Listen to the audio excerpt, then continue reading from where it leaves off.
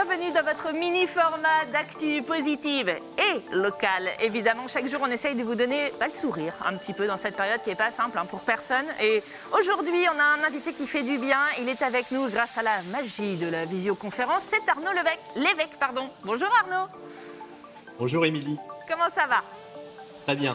Merci d'être avec nous aujourd'hui. Vous êtes le délégué régional de l'AGEFIP qui œuvre à favoriser l'insertion professionnelle de personnes handicapées. Et cette semaine, justement, c'est la semaine européenne pour l'emploi des personnes handicapées. On va en parler ensemble et parler des événements auxquels on pourra participer à distance.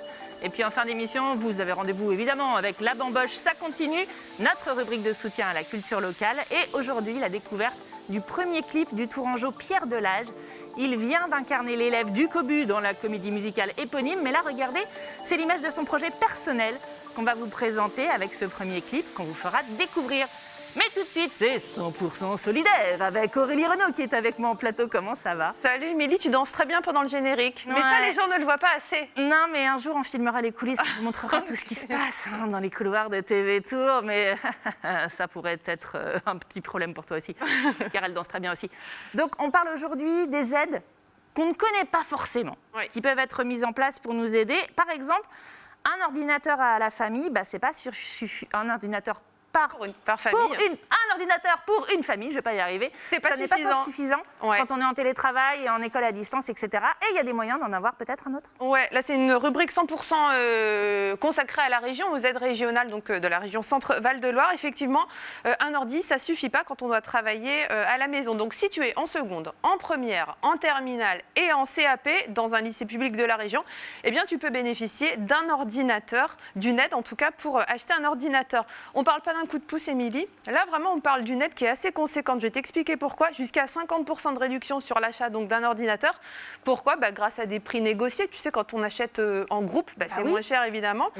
Et puis à cela s'ajoute une aide de 30 € de la part de la région. Ça concerne là les lycéens qui ne sont pas boursiers. En gros, l'ordinateur coûte 700 ou 800 €. Là, au final, ça fait un ordinateur à 350 €.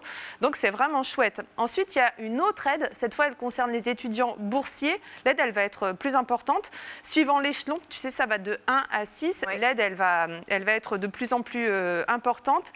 En gros, tu as une aide l'ordinateur va te coûter 200 € si tu es à l'échelon numéro 1 et une vingtaine d'euros si tu es à l'échelon numéro 6.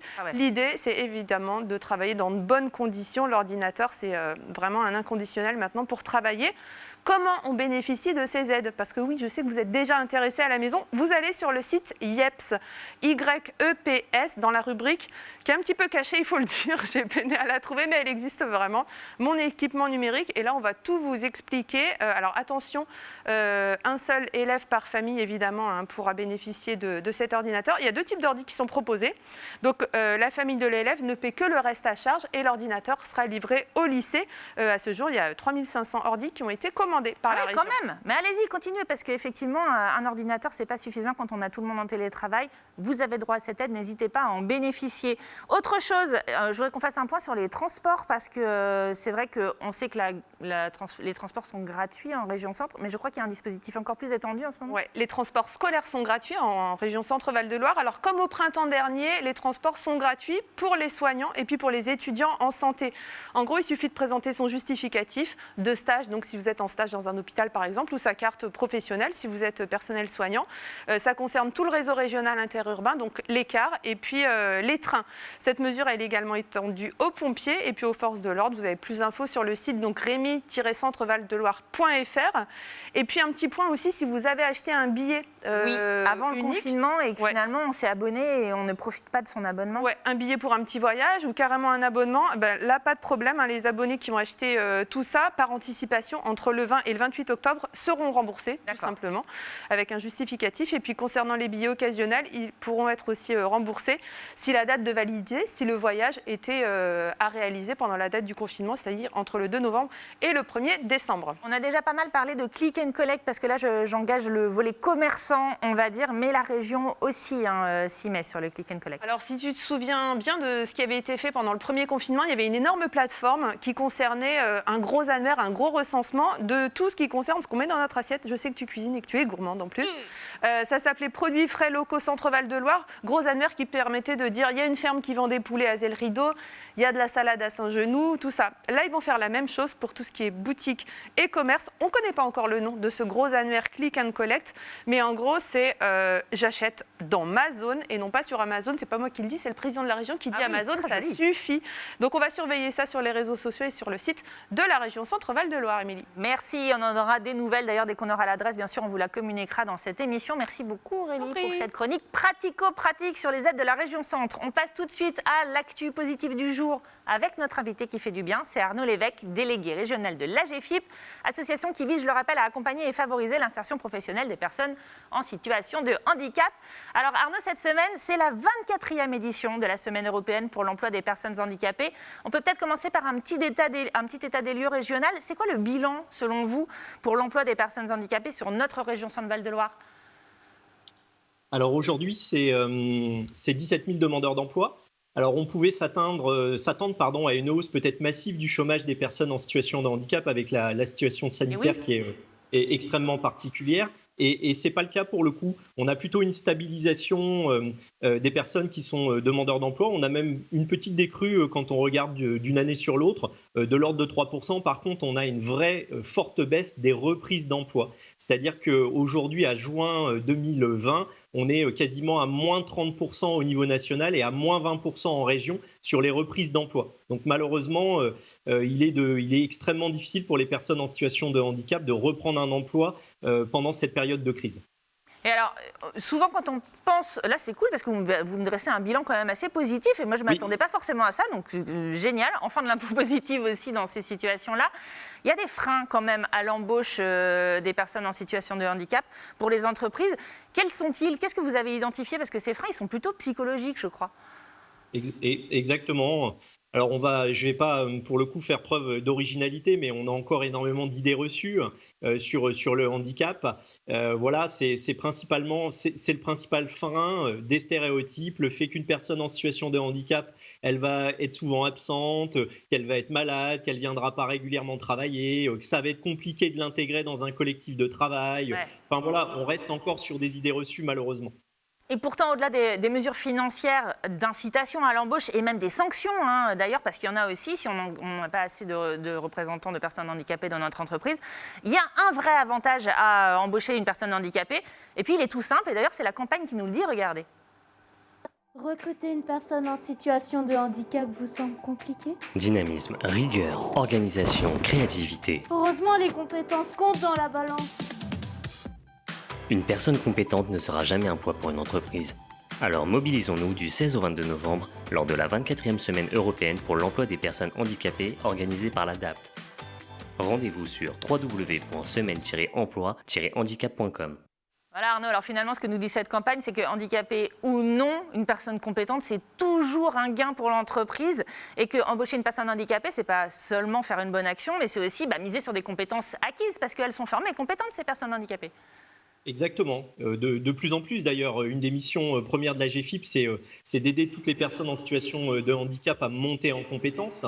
Mais oui, évidemment que quand une entreprise a un besoin de ressources, elle va chercher de la compétence. Et aujourd'hui, les personnes en situation de handicap ont sûrement une différence qu'il faut pas nier. Elle est réelle, cette différence, mais elle est surtout pas incompatible avec un emploi et donc avec de la compétence. Elles ont d'abord de la compétence à mettre en avant et à proposer aux entreprises. Et puis, alors, quand on parle de handicap, on pense tout de suite à des personnes en fauteuil ou à un handicap mental. Et pourtant, il existe pratiquement autant de handicaps que de personnes en situation de handicap. Il y a beaucoup de handicaps invisibles. C'est un des 3 thèmes de cette 26e édition. Quel handicap invisible, par exemple, Arnaud ? Effectivement, 80% des handicaps sont non visibles. Donc ça veut dire qu'on a tous l'image évidemment de la personne en fauteuil roulant. Ça représente 2% des personnes en situation de handicap. On a beaucoup de handicaps invisibles comme les maladies invalidantes. les maladies chroniques évolutives. Alors, on va mettre derrière maladies chroniques évolutives la sclérose en plaques, par exemple. Sur les maladies invalidantes, malheureusement, si vous avez eu un cancer et que vous êtes en rémission, vous êtes reconnu travailleur handicapé à cause de cette maladie invalidante. On a aussi tout ce qui est handicap auditif. Le fait aujourd'hui d'avoir des prothèses auditives vous permet d'avoir un statut de travailleur handicapé. Et donc, voilà, aujourd'hui, c'est vrai qu'on a cette représentation et aussi parce que le code de la route et les panneaux qui sont devant les places en situation de handicap sont simplement le fauteuil roulant, alors qu'il y a plein de types de handicap. Il y a des handicaps... j'allais dire les troubles cognitifs. Aujourd'hui, on parle de plus en plus de tous les troubles 10. Aujourd'hui, c'est effectivement reconnu comme effectivement un trouble qui permet d'avoir une reconnaissance de travailleurs handicapés. Juste pour terminer, parce qu'on est déjà au bout, mais c'est cette 26e édition de la semaine pour l'emploi, pour les personnes en situation de handicap. Un rendez-vous à ne pas manquer sur notre département, par exemple, parce qu'il se passe des choses un peu partout. Exactement, donc il se trouve, il y a pas mal d'événements, mais surtout la centrale de Chinon qui aujourd'hui a des emplois à proposer et qui souhaite recruter des personnes en situation de handicap. Pendant cette semaine, elle va permettre en mode distanciel de faire découvrir l'ensemble de ces emplois qui sont disponibles au sein de la centrale. Et donc, ça peut susciter des vocations pour les personnes en situation de handicap qui ont envie d'aller se connecter et d'aller découvrir les emplois de la centrale et les emplois qui sont disponibles parce qu'il y a vraiment des postes disponibles. Et il y a plein de choses un peu partout sur notre région Centre-Val de Loire. Allez voir sur les sites que je vous donne tout de suite, www.prit-cvl.com ou www.semaine-emploi-handicap.com. Merci Arnaud d'avoir été avec nous. Merci beaucoup, Émilie. À très bientôt. Allez, tout de suite, dernière rubrique de ce mini-tilt. C'est un focus sur un acteur local de la culture locale. Mais c'est ça. Un acteur local de la culture locale? Non, si, c'est tout de suite dans La Bamboche, ça continue.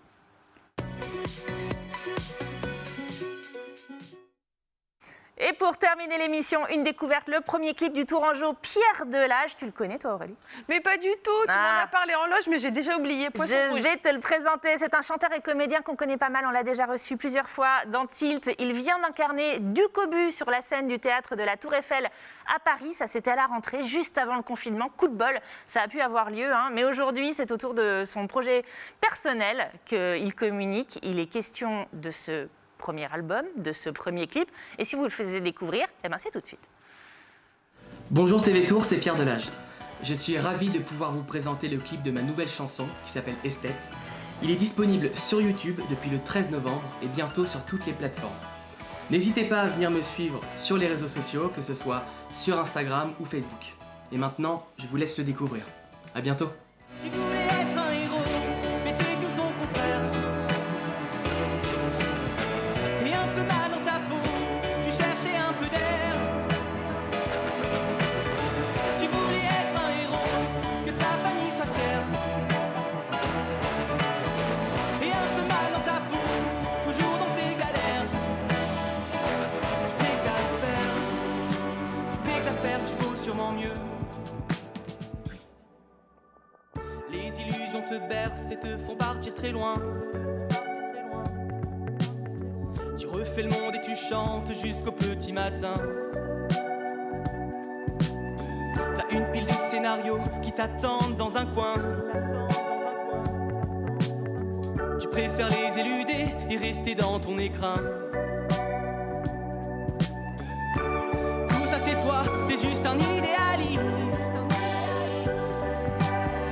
Tu t'attendais à quoi? À vouloir jouer les artistes. Tu voulais être un héros, mais t'es tout son contraire. Et un peu mal dans ta peau, tu cherchais un peu d'air. Tu voulais être un héros, que ta famille... Et voilà le premier clip du Tourangeau, Pierre Delage. Vous le retrouvez bien sûr sur Delage officiel sur ses réseaux sociaux. C'est déjà la fin de ce mini-tilt. Oh non, je sais, c'est trop difficile, Aurélie. Merci encore à Arnaud Lévesque d'avoir été notre invité aujourd'hui. 24e édition de la Semaine européenne pour l'emploi des personnes handicapées. C'est en ce moment. Salut Arnaud. À bientôt. Et puis Aurélie, merci aussi à toi. On se retrouve très très vite pour un nouveau mini-tilt. Toujours de l'actu positive et locale. À très bientôt sur TV Tour Val de Loire. Salut.